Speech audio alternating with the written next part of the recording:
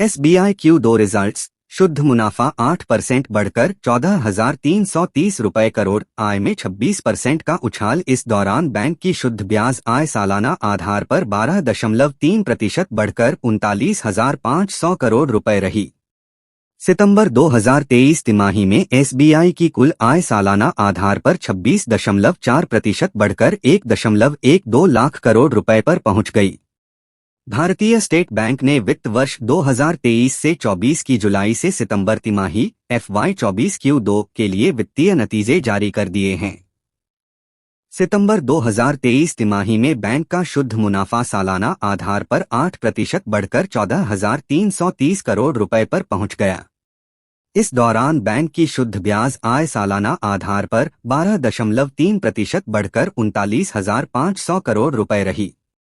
सितंबर 2023 तिमाही में SBI की कुल आय सालाना आधार पर 26.4% बढ़कर 1.12 लाख करोड़ रुपए पर पहुंच गई। बैंक की ओर से शेयर बाजारों को दी गई सूचना में कहा गया कि सितंबर तिमाही में बैंक का ऑपरेटिंग प्रॉफिट सालाना आधार पर 8.07% घटकर 19,417 करोड़ रुपए पर आ गया। सितंबर तिमाही में SBI का डोमेस्टिक नेट इंटरेस्ट मार्जिन सालाना आधार पर 12 बेसिस पॉइंट घटकर 3.43% पर आ गया। जहां तक एसेट क्वालिटी का सवाल है तो SBI की ओर से कहा गया है कि सितंबर 2023 तिमाही के दौरान उसका ग्रॉस NPA रेशियो 0.97% घटकर 2.55% पर आ गया। नेट NPA रेशियो 0.16% घटकर 0.64% रह गया।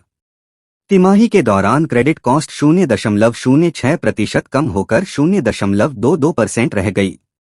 एडवांसेज और डिपॉजिट्स। सितंबर 2023 तिमाही के दौरान SBI के कुल एडवांस सालाना आधार पर 12.39% बढ़कर 34,11,252 करोड़ रुपए पर पहुंच गए। वहीं कुल डिपॉजिट्स 11.91% की वृद्धि के साथ 46,89,218 करोड़ रुपए हो गए। डोमेस्टिक टर्म डिपॉजिट के मामले में सालाना आधार पर 17.36% का उछाल आया और ये सितंबर 2023 तिमाही में 26,17,326 करोड़ रुपए पर पहुंच गए।